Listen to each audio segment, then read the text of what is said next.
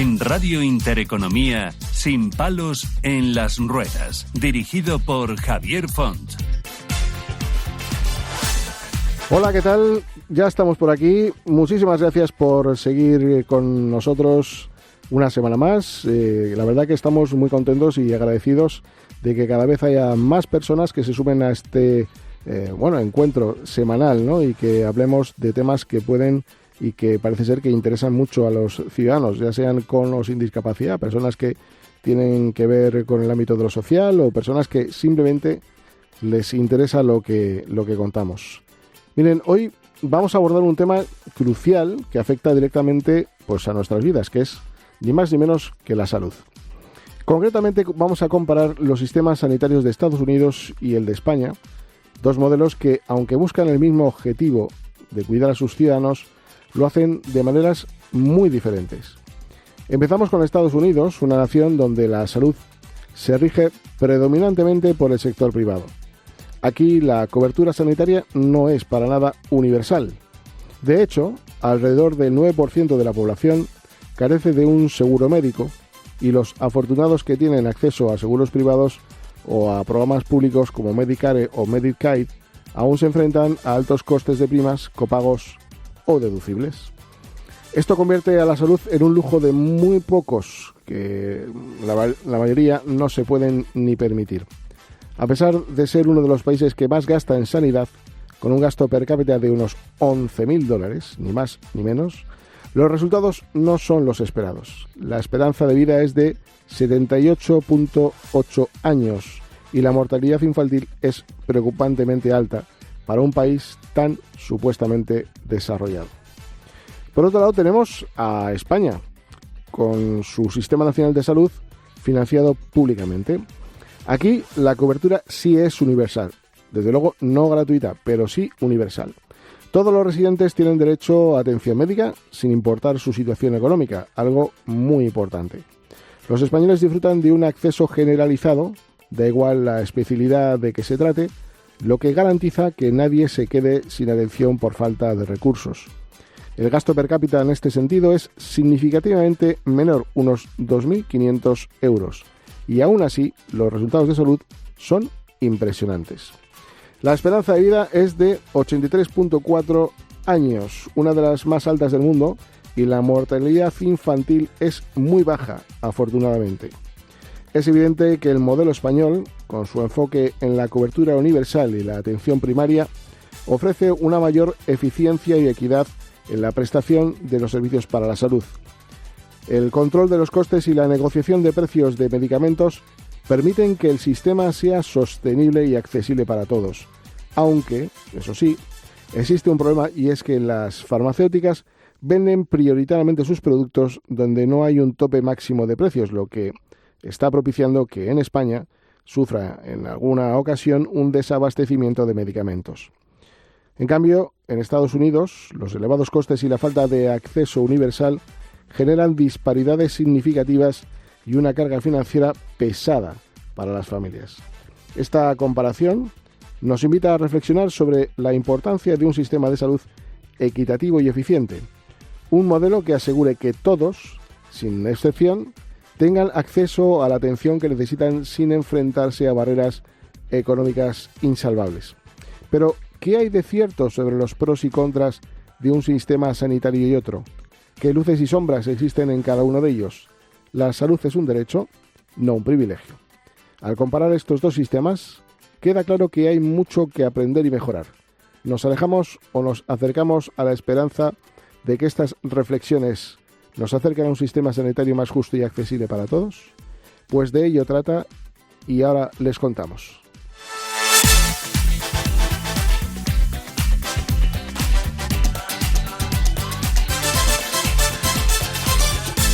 En Radio Intereconomía, Sin palos en las ruedas.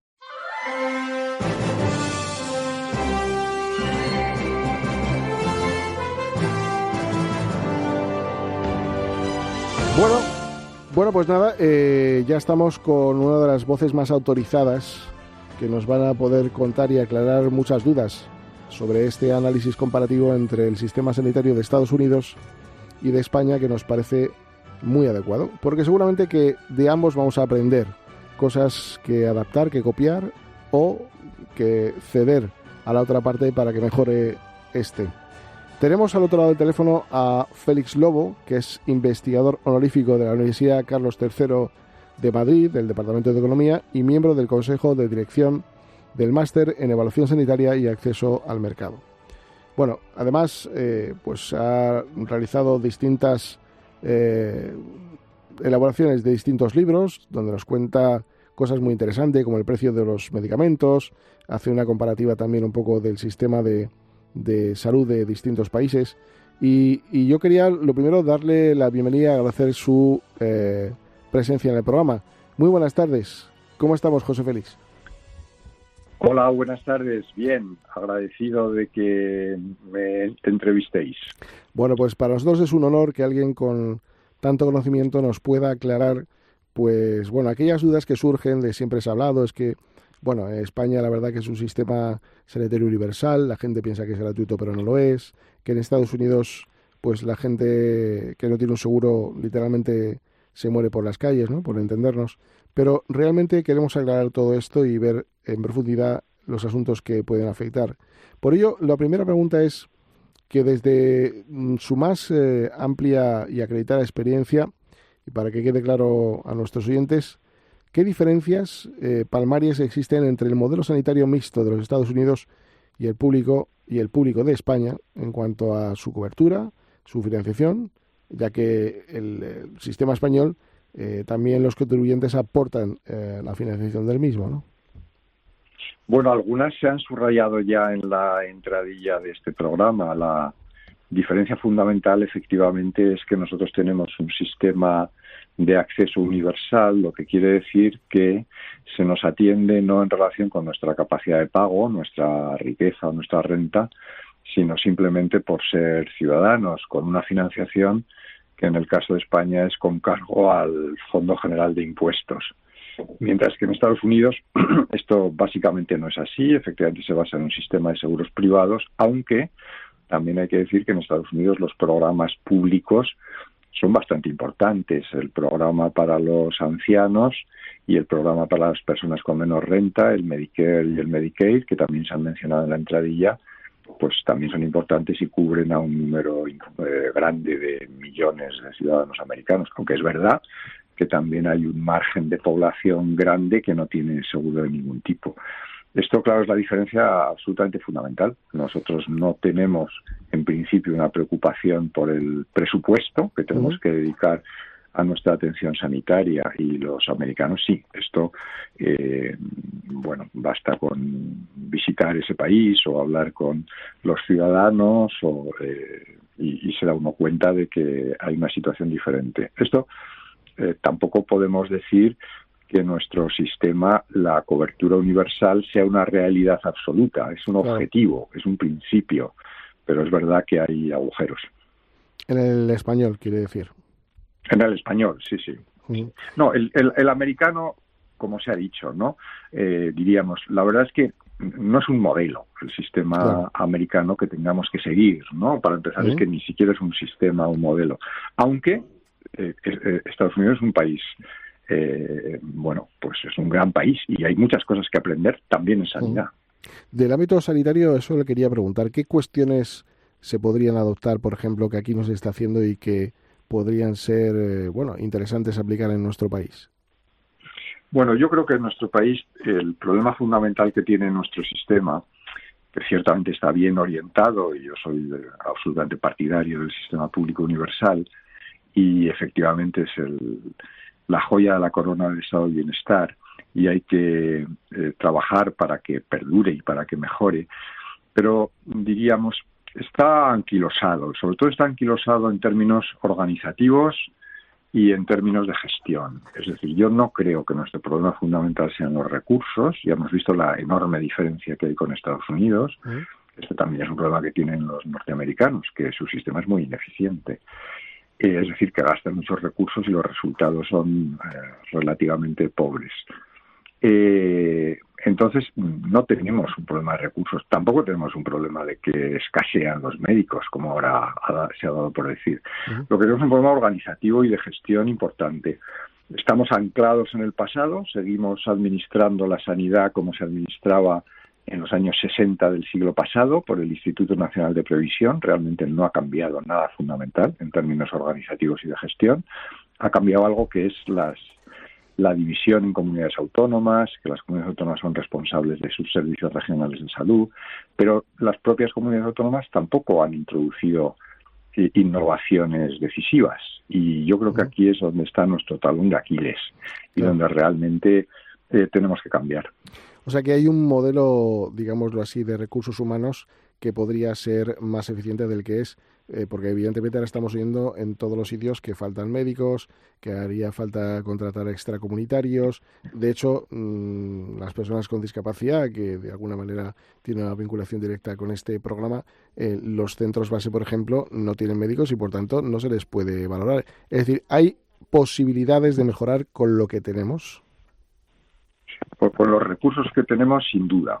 Ya que ha mencionado los recursos humanos, una colega, gran economista de la salud, Beatriz González, dice que parece que la política de recursos humanos de nuestro sistema está diseñada por su peor enemigo. Y efectivamente es así.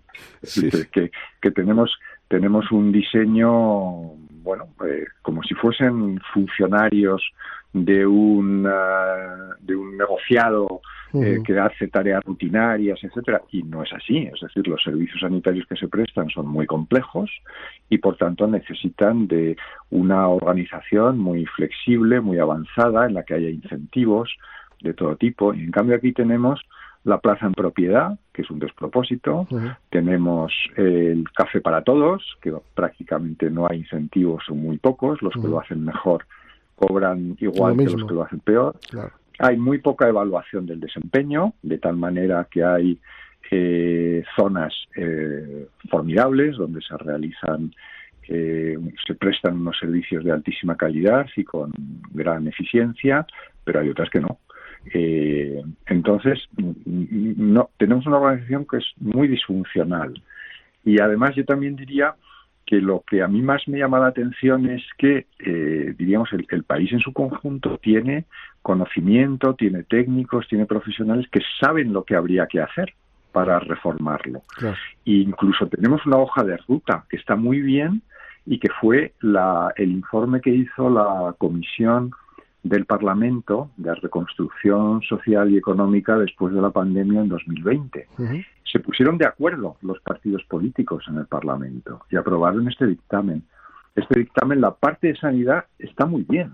Es una hoja de ruta acerca de lo que habría que hacer, que está muy bien. Desgraciadamente, pues no vamos por ahí. Recientemente, por ejemplo, en Andalucía se han suprimido las empresas públicas hospitalarias, que eran un elemento de flexibilidad y de posibilidades de gestión. Y es que no me cabe en la cabeza de por qué se han suprimido. Y también, desde las instancias gubernamentales, se está propiciando disposiciones legales que quieren dar prioridad absoluta a la gestión directa, o sea, a la gestión administrativa. Yo creo que esto es estar anclado en el pasado y que no nos va a mejorar. Que cabe desarrollar fórmulas organizativas y de gestión en materia de personal y en otros ámbitos que mejorarían mucho las cosas. Aparte de esos 17 reinos de taifas que tenemos, ¿no?, que cada uno anda un poco a su andar, y yo le quería hacer una pregunta que no sé si ya se produce o a futuro puede ser así, y es que desde algunos sectores pues se expone que el sistema público sanitario de España en algunos años ya no será sostenible. No sé si ya no lo es o si no lo va a ser en algunos años, si todo esto no se va trabajando en cambios como los que está describiendo, ¿no? Bueno, yo querría decir dos cosas. Una, tampoco creo que las comunidades autónomas sean unos reinos de taifas. Es decir, el hecho de que estemos organizados en 17 servicios de salud, pues efectivamente puede crear algunos problemas, pero también tiene muchas ventajas. Tiene las ventajas que siempre se ha dicho, de más proximidad al ciudadano. También una gran ventaja es la competencia entre unos y otros que se produce. Es decir, Hay quien lo hace mejor y quien lo hace peor. El que lo hace mejor puede servir y sirve, de hecho, de modelo a otras comunidades autónomas. O sea que aquí, si efectivamente la clave es que haya una coordinación, ¿no? Que el Consejo Interterritorial funcione bien y que sus decisiones sean vinculantes como órgano de coordinación. Eso por un lado. Y en cuanto a la sostenibilidad, también la verdad es que la opinión generalizada de los economistas de la salud en este país, yo diría incluso de los economistas en general, la sostenibilidad no es tanto un problema. O sea, quiero decir que a la sanidad le podemos dedicar los recursos que nos parezca a la sociedad, porque efectivamente le damos mucha prioridad a la salud. Entonces, claro, el tope es nuestras posibilidades de financiación financieras, pero podemos dedicar más recursos a este sector y menos a otras utilizaciones públicas de los recursos. Entonces, ya digo, la sostenibilidad no sería la palabra que emplearíamos, ¿no? Sí que hay ciertamente los retos, aparte de las cuestiones que he dicho organizativas y de gestión, sí que hay un reto tecnológico que todos los países experimentamos, es decir, que hay unos avances tecnológicos impresionantes y que exigen recursos para poderlos financiar. Pero ni siquiera ahí yo sería pesimista, ¿eh? Yo creo que cabe hacer las cosas mejor desde el punto de vista organizativo, de la gestión de los recursos humanos, y esto nos podría dar un gran impulso. No es fácil, yo no estoy diciendo que esto se resuelva en 2 días, ni muchísimo menos. No, claro. Entre otras cosas, porque naturalmente hay quien sale beneficiado de esta situación y hay quien no tiene interés en que las cosas cambien. Claro, ha hablado de la competitividad, que es muy buena, pero eso también puede propiciar un efecto llamada, que la gente vaya donde mejor se hagan las cosas, y de alguna manera también eso tiene un soporte económico que aguanta hasta donde aguanta, ¿no?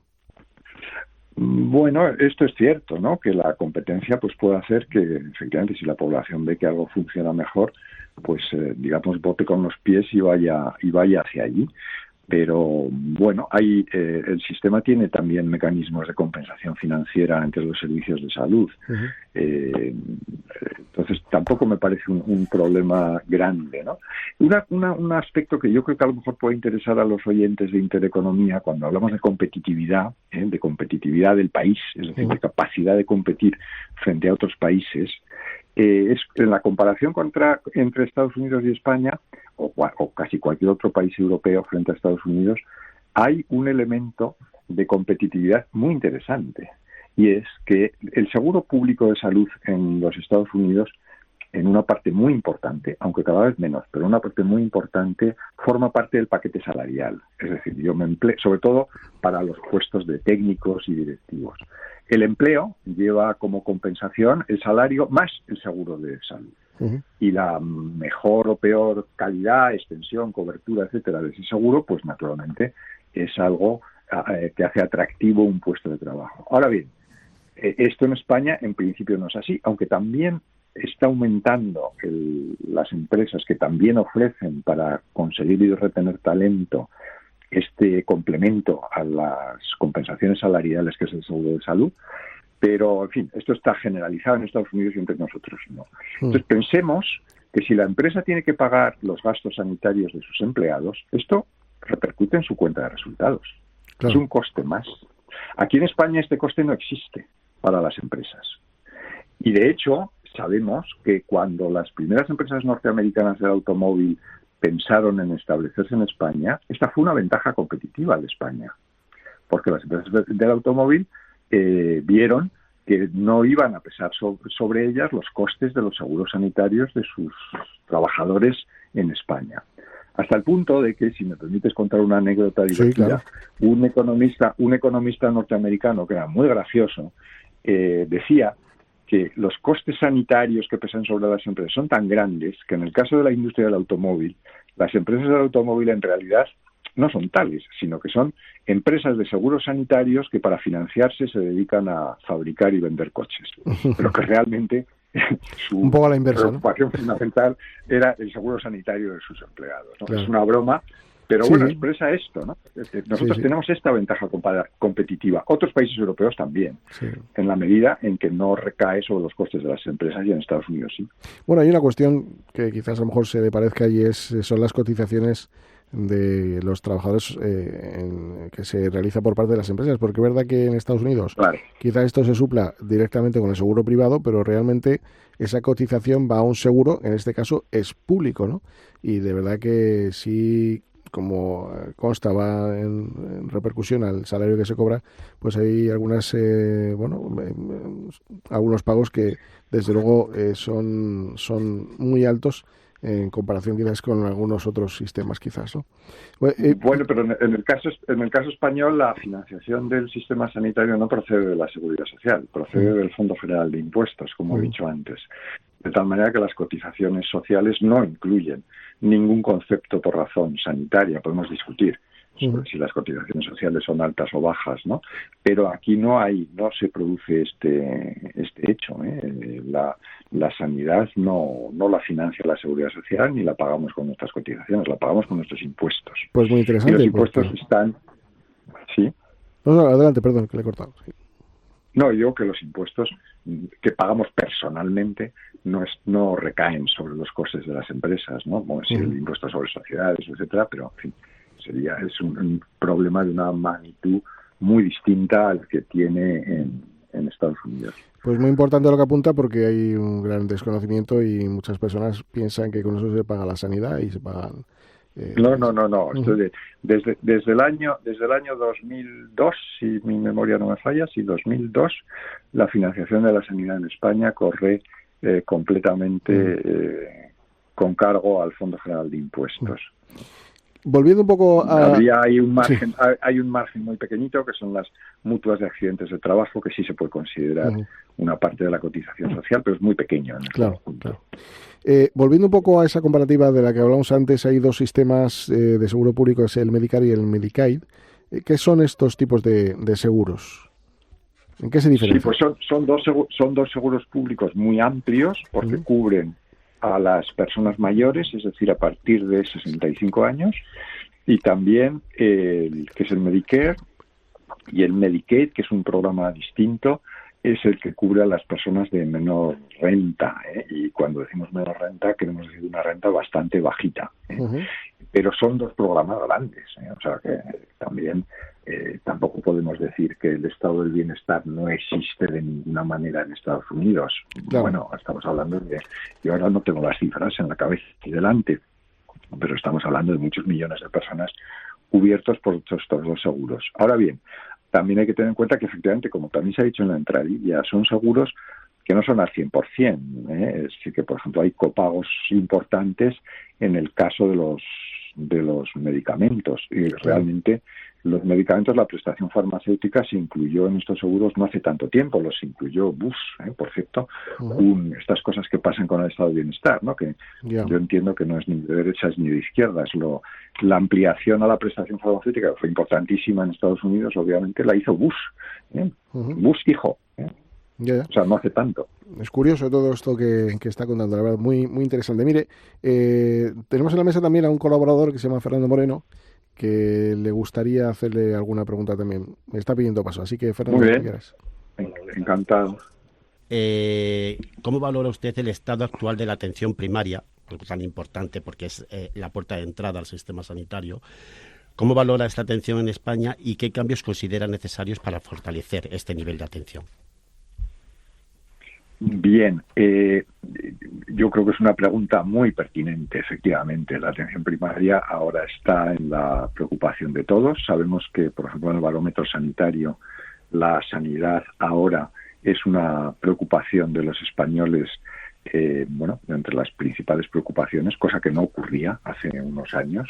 Y efectivamente estamos en la atención primaria, manifiestamente hay problemas, ¿no? También otro indicador son las listas de espera, que ya sabemos que estamos en las peores cifras desde que se tienen datos. Entonces, claro, ambas cosas son muy preocupantes. Entonces, la atención primaria, yo creo que la idea que el sistema que se sigue, que no es, aquí sí que no es un sistema muy generalizado, quiero decir que nuestro sistema sanitario nos podemos comparar, por ejemplo, con Inglaterra, nos podemos comparar con Italia, con los países nórdicos, en cuanto que es un sistema público financiado con un cargo al Fondo General de Impuestos. Pero la organización de la atención primaria es bastante peculiar de España y algunos otros países europeos también y de fuera de Europa. Es decir, esta idea de una red pública en la que los activos patrimoniales son públicos y en la que, sobre todo, los profesionales sanitarios son algo muy próximo a los funcionarios, porque los personal estatutarios prácticamente son funcionarios, esto sí que es, yo diría, extraño. Es decir, aquí sí que nos topamos ciertamente con estos problemas organizativos y de gestión, y sobre todo de gestión de recursos humanos que estoy mencionando.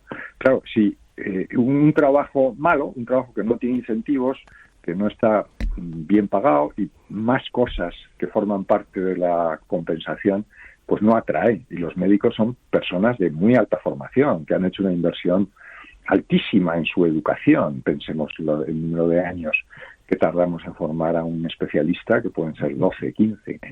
Entonces, claro, si esto no es atractivo, pues nos faltan médicos, que no es que no los haya, pero es que no se lo hacemos atractivo y se van a otros empleos, no tantos al extranjero como se dice, porque hay un problema con los datos de médicos que salen al extranjero, que no se usan bien y son muchos menos de los que se dice.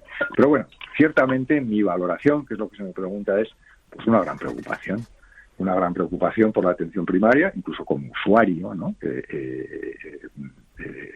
vemos que esto no funciona bien, que se tardan muchos días en recibir a los pacientes, etcétera, etcétera. Entonces, nuevamente yo aquí aludo a un problema de organización.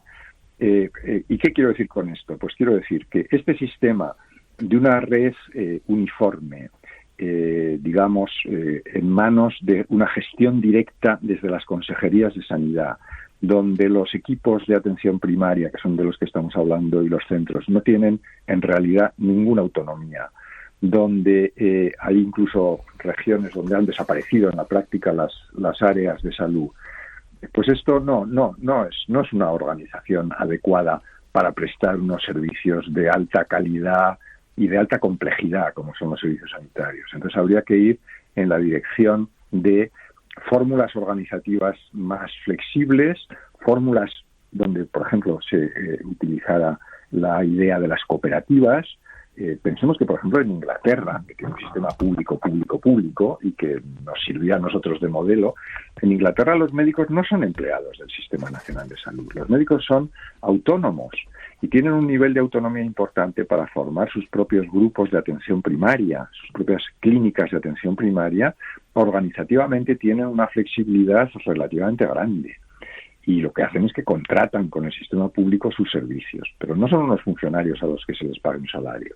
Y naturalmente se les exige un rendimiento y se les exigen unos resultados, y sobre todo unos resultados en términos de salud.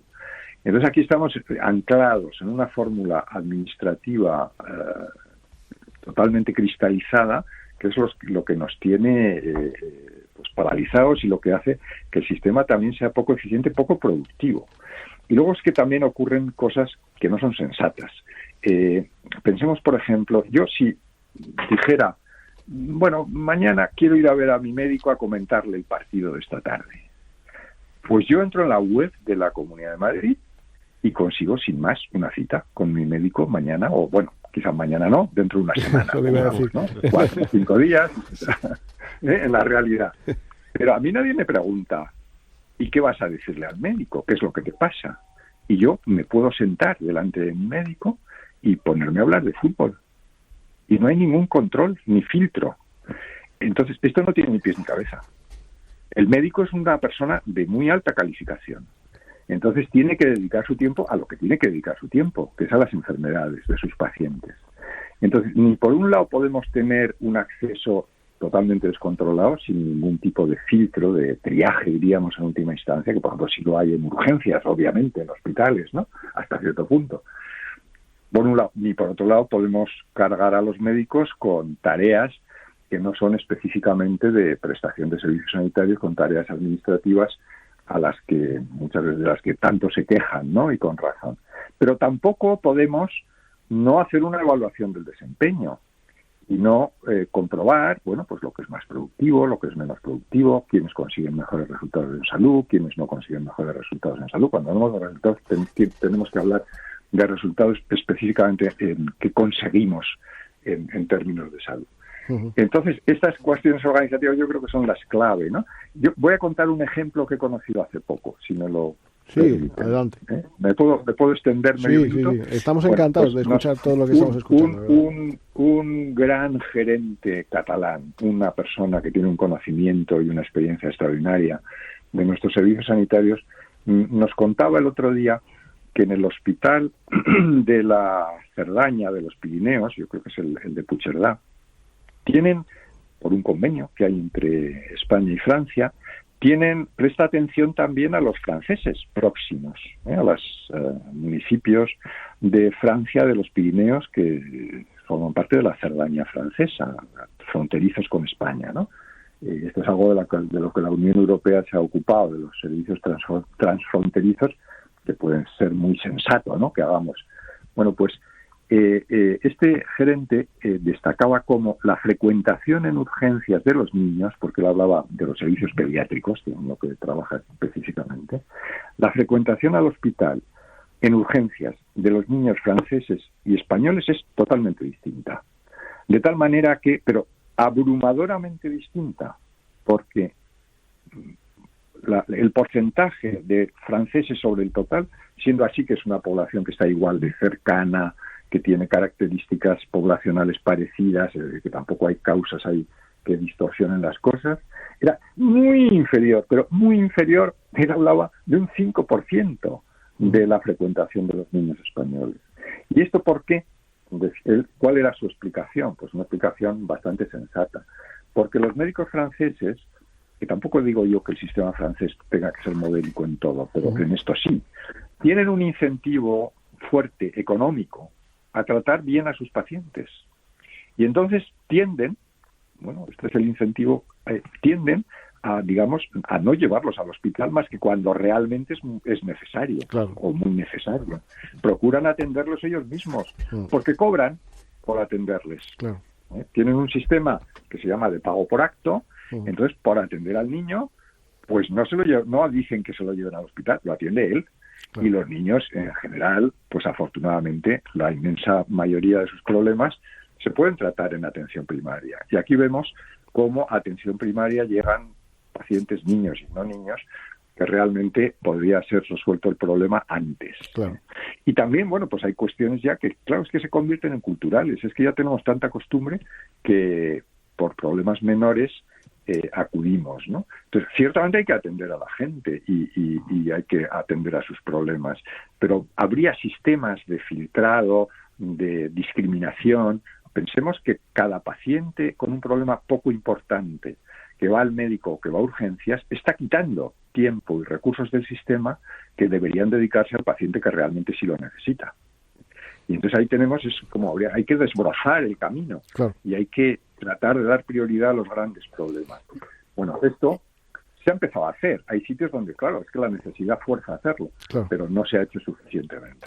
Y luego la tecnología, que también ayuda, porque todavía a día de hoy tenemos un sistema tecnológico arcaico donde el historial único sanitario pues es complicado de tenerlo el mismo en otra comunidad autónoma si uno se desplaza. Ahí me consta que ha habido consejeros que han intentado hacer cambios, como los que describía con respecto al tema de la eficiencia, de la evaluación del puesto, de incentivos, pero luego se han encontrado con la problemática de los agentes sociales, que eso, pues como que a veces no lo quieren ni oír hablar, ¿no? Hay una cuestión importante también que se intentó hacer aquí, se intentó en la Comunidad de Madrid hacer con el que fuera presidente Ignacio González, que era incompatibilizar el trabajo de los médicos que estaban en la sanidad pública con el privado, porque al final son los mismos, y no sé si esto también propicia un desabastecimiento de profesionales en el ámbito de la sanidad pública cuando también se dedican a la sanidad privada. ¿Esto cómo se puede organizar? ¿O se puede validar como un incentivo más? ¿Cómo se puede hacer? Efectivamente, este es un problema dentro de ese conjunto de problemas de recursos humanos, un problema muy importante. Aquí, claro, por un lado, tampoco se trata de establecer prohibiciones que no tendrían sentido, ¿no? Porque, en definitiva, cada uno en sus horas libres pues pensamos puede hacer lo que quiera. Bueno, pero efectivamente, el hecho de que haya una compatibilización de puestos en el sector público y en el sector privado, pues no es lo mejor. Entonces, de lo que se trata es de diseñar puestos de trabajo pues que sean lo suficientemente atractivos para el profesional, que no se le ocurra pensar que por la tarde se va al sistema privado donde gana un dinero suplementario. O por la mañana, o por la mañana, profesor, también. Por la mañana. Cuando tenía que estar en la pública también, ¿eh? Eso ocurre. Bueno, pues sí, sin duda, esto ocurre. Ya he dicho antes que el café para todos no tiene sentido, claro, porque mientras que unos lo hacen muy bien, otros efectivamente. Pero desgraciadamente hay muy poca evaluación del desempeño, hay muy poco control. Entonces hay muy poca medida de los resultados. Entonces, bueno, si esto se introduce, ya es un factor. También el horario de los hospitales, pues muchas veces se ha dicho, no tiene sentido. Esto de que los hospitales cierren a las 3 de la tarde, pues es como si un gran mercante o un gran transatlántico a las 3 de la tarde dijera, pues dejamos de navegar. Claro. Oiga, hombre, se han hecho cosas, hay actividad por la tarde, se hacen pruebas radiológicas, etcétera. Los hospitales tenían que estar funcionando a pleno rendimiento hasta las 5 o las 6 de la tarde. Claro. Y de hecho, hay hospitales privados donde esto es así, totalmente. Esto es así. Y un médico tenía que tener el atractivo. Yo no digo tanto que se trate de establecer prohibiciones y culpabilizar a los médicos, etcétera, etcétera. Yo he visto hospitales y he hablado con médicos que me han dicho, es que yo aquí estoy encantado, porque realmente a mí lo que me gusta es mi profesión. Y yo entro aquí a trabajar a las 9, tengo todos los medios necesarios, la organización está muy bien. Yo estoy hasta las 7 y las 8 de la tarde, como están muchos, o como estamos muchos, o hemos estado muchos profesionales en España, claro, hasta, bueno, pues con horarios prolongados. Pero que estás, digamos, encantado, porque te gusta tu profesión, tienes una buena remuneración y tienes compensaciones diversas, ¿no? También esto yo quiero poner el énfasis. Los teóricos de la economía de la empresa dicen que para compensar a un trabajador hay hasta 13 formas distintas. El salario es una, pero también las buenas condiciones de trabajo, que el trabajo sea atractivo, que te traten bien, que haya vacaciones, que tengas posibilidad de promoción profesional, de formarte, de reciclarte, etcétera, etcétera. Todo esto es fundamental para unos profesionales como los médicos y no está bien atendido. Entonces yo, cuando me dicen esto, que trabajan en la sanidad privada y en la sanidad pública y privada, digo, esto es un síntoma muy malo. Esto no debería darse. De que algo va mal, ¿no? En la pública. Esto va mal. Esto va mal. Yo incluso, bueno, pues por contar alguna anécdota, hay veces que miras la web de un hospital público y no sabes, no vienen las personas que trabajan allí. Claro. O sea, ni vienen los nombres de los médicos. Entonces dices, bueno, yo lo comparo, pues tampoco es que quiera yo ponerlo como ejemplo, pero si comparamos las universidades públicas, yo he trabajado siempre en una universidad pública, oye, con nombres, apellidos, teléfonos, direcciones de correo, cualquiera puede dirigirse a un profesor universitario de una universidad pública. Allí constan en la web cuáles son sus deberes, cuál es su rendimiento en términos de investigación, etcétera, etcétera. Desgraciadamente esto en el sistema público no ocurre, Y yo sé incluso de un caso, pues porque me topé con él, de un médico con elevadas responsabilidades que no aparece como tal en su hospital público y sí en el hospital privado en el que también trabaja. Entonces, claro, esto es efectivamente un mal síntoma, que yo no creo efectivamente que se tenga que resolver con culpabilizaciones ni con prohibiciones, etcétera. No, es que tenemos que tener capacidad de crear un medio de trabajo atractivo. Claro, de soluciones prácticas y que mejoren. Que se ha hecho, porque hemos tenido experiencias. Es que no era atractiva la clínica de la Concepción en tiempos del doctor Jiménez Díaz y mucho después. O, por ejemplo, unas experiencias que hubo en el Hospital de La Coruña como servicios de cardiología, y otras muchas que se pueden contar, ¿no? Las hay, si es que buenas prácticas las hay, Fernando, profesor.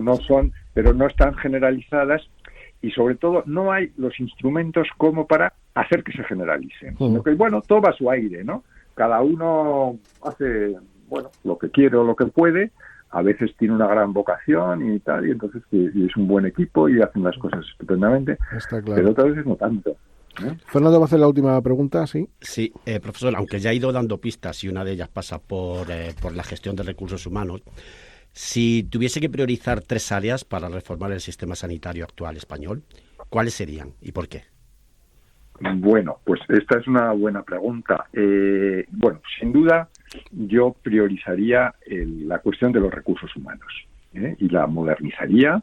Esto es muy difícil, esto exige un acuerdo político, porque, bueno, esto puede provocar fricciones y puede ser difícil. Esto exige un acuerdo político a medio plazo, a medio largo plazo, bueno, como el que hubo en 2020 para hacer este dictamen, ¿no? Pero bueno, para ponerlo en marcha, porque en este dictamen están estas cosas que estoy mencionando, en el dictamen del Congreso. Hace falta un acuerdo político a medio plazo para hacer una reforma. Hace falta también, naturalmente, contar con los propios profesionales, hacer las cosas paso a paso.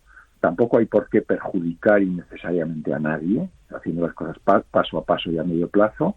Reformas como estas que he dicho, ¿no? Suprimir la plaza en propiedad. Claro, los que la tienen ahora, bueno, yo he tenido toda mi vida una plaza en propiedad como catedrático y digo, esto no es bueno.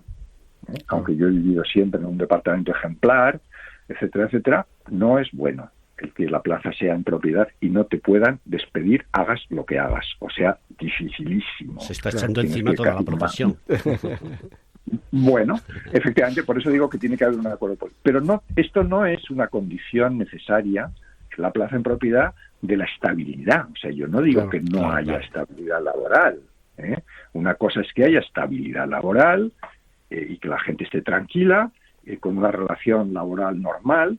Otra cosa es la plaza en propiedad. Esto sería un elemento. O, por ejemplo, las formas de selección, los concursos de promoción y de selección son de traca, de absurdos. O sea, sabemos, se quejan los médicos de que, bueno, se hace un concurso y se deshacen los equipos, porque resulta que no sé quién, que estaba en una ciudad, ha ganado el concurso y resulta que viene y se deshace este equipo. Entonces, claro, y además, ¿el concurso cómo se resuelve? Pues de una manera muy burocrática, con unos baremos, etcétera, etcétera. Entonces, claro, resulta que nos pasamos completamente por el lado garantista de no querer que haya ninguna, digamos, irregularidad, agravio comparativo, etcétera. Pero bueno, también tiene que haber una cierta flexibilidad en la contratación y en la cobertura de puestos de trabajo sin que tenga por qué perjudicarse en los principios de mérito, capacidad, independencia, etcétera, etcétera. O sea, esa sería, sin duda, una primera área.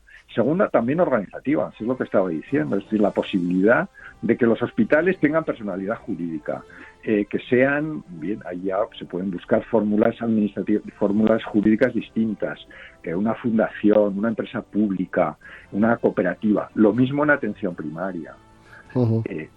Y estas cuestiones organizativas también muy ligadas a la evaluación del desempeño, que además es que si empezamos a tener los datos, en Madrid hay unos datos estupendos, como los hay en Barcelona también. Bueno, utilicémoslos, entre otras cosas, para medir el desempeño. Y quizás el tercer área que no hemos, o otro tercer punto que no hemos hablado, habría que, yo creo, mejorar también la evaluación de la eficiencia de medicamentos y tecnologías sanitarias. La evaluación de la efectividad y la seguridad de los medicamentos en este país, digamos, no es problema, es algo que está resuelto en colaboración con Europa, con la Agencia Europea. Tenemos una estupenda Agencia Española de Medicamentos y Productos Sanitarios. Esto marcha. En cambio, que cuando hablamos también de tecnologías sanitarias distintas de los medicamentos, y sobre todo cuando hablamos del problema de la eficiencia, ¿qué queremos decir con eficiencia? Pues es, bueno, conseguimos pagar por las ganancias en salud que obtenemos de un medicamento o de una tecnología sanitaria, pagamos lo que realmente vale, es decir, por nuestro euro adicional que gastamos conseguimos los mejores incrementos en salud.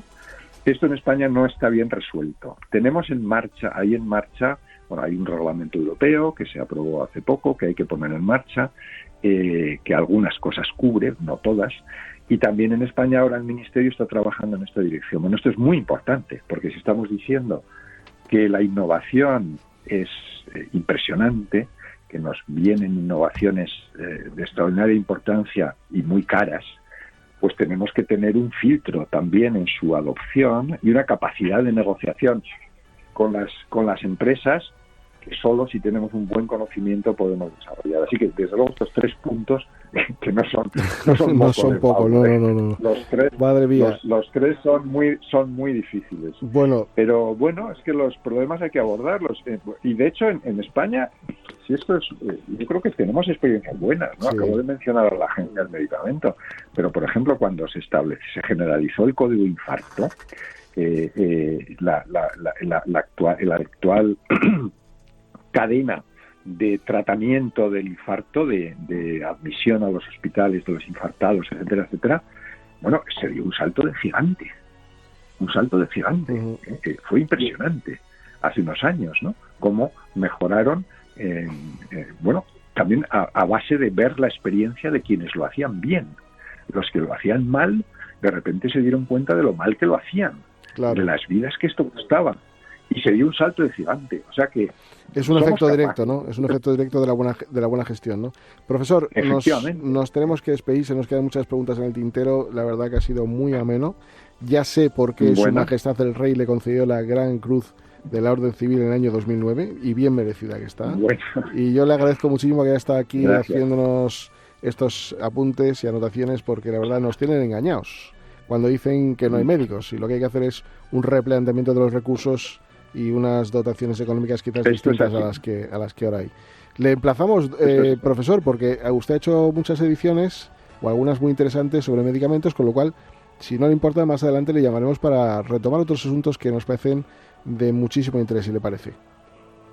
Bueno, pues esto yo creo que es un deber de los académicos, el tratar de poner a disposición de los ciudadanos el conocimiento.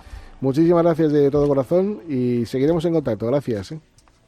Adiós, buenas tardes. Hasta luego, buenas tardes.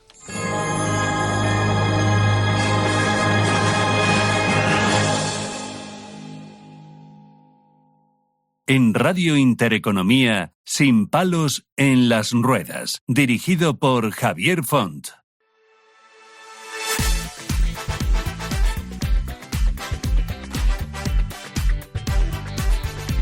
Bueno, pues vas a hacer la declaración de la renta, pues ya la has hecho, ya no sé si va a dar mucho lo que te vamos a contar, pero si estás a punto de hacerla, Cristian trae algunas claves importantes para que tengas en cuenta. ¿Qué tal, Javier? ¿Cómo estás? ¿Tú ya la has presentado? ¿Ya la tienes? Yo ya estoy ahí. Yo ya la he cobrado, ¿Sí? Así que en ese sentido... Pues, vamos a ver qué pasa.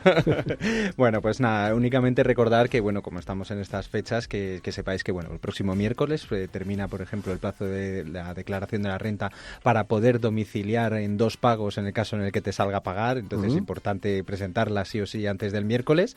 Y si no, que sepas que ya el 30 de junio está aquí al lado, que ya empezamos la semana pasada, bueno, esta semana en verano. Ya empieza a ser obligatorio, ya no es periodo voluntario. Ya ahí es cuando te empiezan a crujir. Hombre. Entonces, bueno, que sepáis que bueno, pues que todas las personas con discapacidad, por supuesto, pues tienen sus deducciones fiscales por discapacidad, en la cual, pues bueno, el contribuyente, por el hecho de tener un 33 o más de un 65% de discapacidad, puede beneficiarse de algún tipo de deducción a nivel estatal, es decir, para todas las personas que están en nuestro país, y además tienes también deducciones por ascendientes o descendientes que estén a tu cargo con discapacidad. Entonces es importante que tengamos en cuenta que a nivel general todas las personas con discapacidad, o si estamos cuidando a algún menor o mayor que tenga más discapacidad, pues no vamos a poder aplicar estas deducciones en nuestra declaración de la renta, ¿vale? También importante que este año en la declaración de la renta, pues bueno, pues las claves de discapacidad, lo que tienes que marcar 0, 1, 2, 3, pues también hay una cuarta, ¿vale? Entonces, dependiendo del grado de discapacidad, fijarnos bien en cuál es nuestra categoría, porque está entre el 33 y el 65, 33 y 65, pero con necesidad de ayuda de terceras personas, o directamente más del 65, ¿vale? Entonces, bueno, pues fijarnos ahí un poquito en cuál es la casilla que tenemos que marcar para hacer la declaración de este año. Por otro lado, hay otro tipo de deducciones como pueden ser las autonómicas. Entonces, bueno, ahí ya entramos en cada comunidad autónoma. Sí que es verdad que, bueno, haciendo un poco una recapitulación de todas. Podemos hacer una cosa, si te parece, como todavía queda un pequeño plazo de tiempo para lo que es la declaración de la renta, en el próximo programa podemos contar las diferencias que hay entre comunidades autónomas para que la gente lo sepa y tome buena nota, ¿sí te parece? O sea, en este sentido hay muchas comunidades autónomas, ya sabes que hay diferentes y tal, entonces en este sentido no hay ningún problema para que la semana que viene nos lo preparamos. Pues el capítulo 2, la segunda parte en la siguiente semana, todavía hay tiempo, así que les invito a que nos sigan. Y ahora pues vamos a dar cobertura a nuestras entidades, precisamente, gracias Cristian, para cubrir, digamos, esa información de dónde ustedes van a invertir y dónde quieren invertir. Hablamos del tejido asociativo de atención a personas con discapacidad. Trataremos con Milagros, presidenta de ALDE.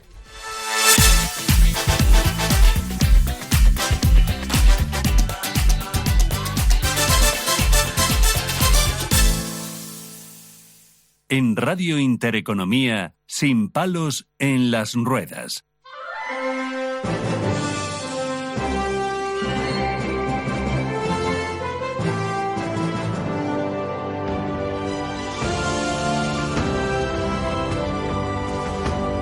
Bueno, pues como decía, vamos a hablar con una de las asociaciones que atienden a personas con discapacidad. Se trata de ALDE, que es la asociación que no tiene ánimo de lucro y cuya misión es ofrecer un lugar de encuentro e información a personas con distonía. Para ello tenemos a Milagros López, que es presidenta de ALDE y que nos va a contar un poco cuáles son los principales objetivos de esta organización. Milagros López, muy buenas tardes, ¿qué tal? Hola, buenas tardes, Javier. Bueno, pues muchas gracias por estar ahí con nosotros, aunque sea unos minutillos, para contarnos un poco. Bueno, pues actualmente creo que hay unos 20.000 casos de distonía en España y digamos que representa el 24% de las consultas neuropediátricas por trastornos del movimiento y que en la actualidad se conocen 20 formas distintas de distonía primaria, siendo, digamos, el focal más común que supone el 76% de los casos. ¿Cuáles son los objetivos de la entidad y cuáles son los, digamos, primeros avisos de que algo empieza a funcionar mal y que podemos tener esta patología? Bueno, pues sí, nosotros, la distonía es una enfermedad que puede afectar a, bueno, si ya te lo has dicho, a cualquier parte del cuerpo. Es un trastorno del movimiento y, bueno, es cuando los músculos, para que la gente lo entienda de una manera más sencilla, podemos decir que van un poco a su aire y nosotros no los podemos controlar. Entonces, esta patología, pues los síntomas, ya digo, pueden aparecer tanto en la infancia como en la adolescencia como en la edad adulta y se manifiesta de manera diferente. Cuando se manifiestan en la infancia suelen aparecer, por ejemplo, a lo mejor en un pie, luego se va derivando a la pierna, al tronco y llega a extenderse a todo el cuerpo y se generaliza. Estos casos son realmente los más graves porque son las distonías generalizadas, es decir, estos movimientos involuntarios, que son los que provocan la distonía, afectan al cuerpo entero. Y, como digo, suelen ser distonías que aparecen muy tempranas en la vida del paciente y se mantienen en el tiempo. Suelen ir progresando, como digo, y bueno, pues suelen ser también distonías genéticas. Milagros, porque las que aparecen en la infancia son genéticas. Milagros, ¿cuáles son los principales programas? No tenemos mucho tiempo, te lo advierto para que no nos quedemos por la mitad. Que lleva a cabo la entidad y cuál es el teléfono de contacto donde estáis para que las familias y afectados puedan veros. Bueno, pues mira, nosotros estamos en Moratalaz, en el metro de Vinateros, en la calle Camino de Vinateros, que está muy céntrico, o sea, está en una línea muy conocida. Nuestros teléfonos tenemos el 91 437 92 20 y el 640 95 13 14. No sé si me has dicho algo más. Sí, digamos que cuál es el procedimiento de acogida, un poco qué es la evaluación. Pues el procedimiento es que nosotros tenemos en nuestra página web un formulario, o sea, tenemos en nuestra página web es distonía.es y pueden perfectamente entrar ahí. Quien quiera hacerse socio puede hacerlo, quien quiera hacer consultas también, porque tenemos unos formularios. Si no, nos llama a estos teléfonos y tenemos una trabajadora social que atiende de 8:30 a 4 de la tarde de forma ininterrumpida, o sea que pueden contactarnos por esta vía también. ¿Y qué tratamientos rápidamente lleváis a cabo? ¿Fisioterapia? Pues ojalá. Nosotros actualmente en la asociación solamente prestamos servicios de atención, como digo, a trabajadora social. O sea, la trabajadora social lo que gestiona son... ¿no? Orienta a las personas recién diagnosticadas que se acercan a llamarnos. También es verdad que actualmente ella es la que gestiona grupos de ayuda mutua y grupos de encuentro que son muy buenos para pacientes que no se conocen y que de esa manera entran en contacto, y que eso es una de las demandas que más nos piden, que al ser una enfermedad rara no se conocen, las personas cuando se diagnostican no se conocen, y a través nosotros los ponemos en contacto. Y luego, pues nuestro objetivo, que me gustaría decirlo a corto plazo, de verdad que necesitamos muchísimo una psicóloga. ¿Por qué? Porque un psicólogo, porque hemos visto que esta patología lleva asociados síntomas como el insomnio, la depresión, la ansiedad, y eso deteriora mucho la calidad de vida de los pacientes. Y nuestro objetivo, como digo, es el más inminente ahora mismo. Milagros, se nos acaba el tiempo, discúlpanos. Ahí queda dicho, a quienes van a hacer la declaración de la renta ya saben que trabaja las asociaciones de atención a personas con discapacidad, y bueno, tome muy buena nota de esta asociación que hace un excelente trabajo. Así que gracias, Milagros, y nosotros nos despedimos hasta la siguiente semana, que seguramente pasará muy rápido para volver aquí a contarles cosas de muchísimo interés. Gracias.